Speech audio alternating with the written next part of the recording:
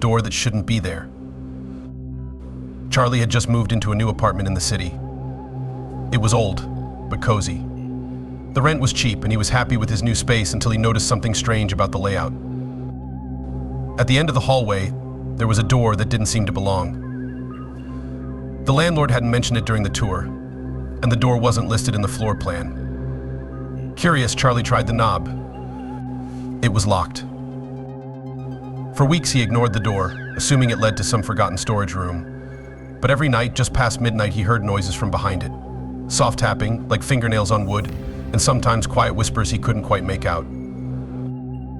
One night, unable to sleep, Charlie decided to investigate. He grabbed a hammer and pried the lock open.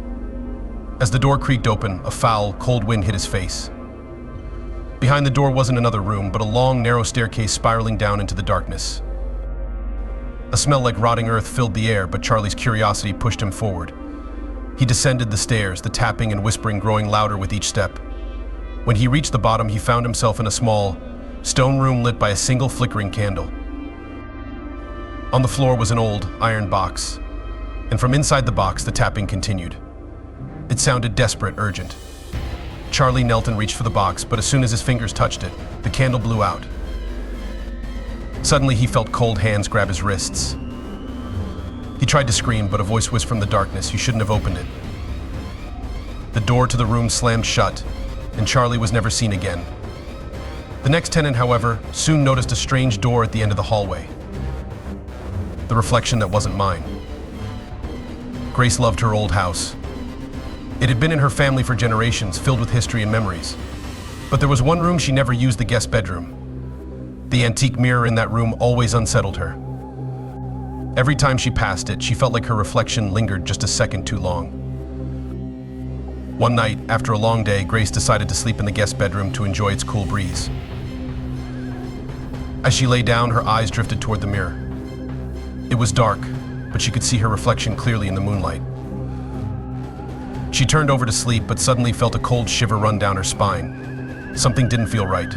Slowly, she sat up and glanced at the mirror again. Her reflection was still lying down. Grace froze, her heart racing. The reflection smiled a wide, sinister grin that sent chills through her. She leaped out of bed, but the reflection moved differently, slowly sitting up with jerky, unnatural movements. Grace backed away from the mirror, but her reflection stepped closer to the glass, pressing its hands against the inside of the mirror's surface. "Let me out," it whispered, its eyes glowing darkly. Grace bolted from the room and slammed the door shut, but she could still hear the voice behind the door, whispering over and over again, "Let me out." From that night on, she never entered the guest room again. But every so often, late at night, she would hear soft tapping coming from the other side of the door, and the whisper, "Let me out."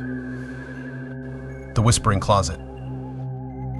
In a small town, there was an old house that no one wanted to live in. Everyone in the neighborhood called it the Whispering House because, late at night, you could hear strange voices coming from within.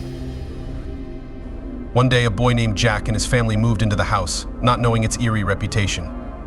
Jack, being curious, loved exploring, and the moment they unpacked, he went off to discover every nook and cranny. His parents warned him to stay out of the attic, but the more they told him, the more he wanted to see it. That night, after everyone had gone to bed, Jack snuck up to the attic. It was dusty with old furniture and forgotten boxes piled high, but in the corner stood a tall, creaky closet. The wood was dark and its handle was ice cold, like it hadn't been touched in years. As Jack stepped closer, he thought he heard something. A faint whisper. He froze, his heart pounded. He leaned in, pressing his ear against the closet door. "Come closer." The whisper was faint but clear.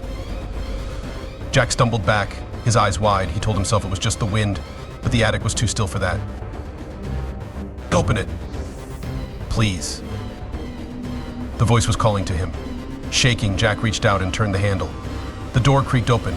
Inside, it was pitch black, but Jack thought he could make out something moving. Suddenly, the door slammed shut on its own. Jack jumped back, pulling his hand away. The whispering grew louder, like multiple voices all talking at once, but none of them made sense. Panicked, he ran downstairs and locked his bedroom door.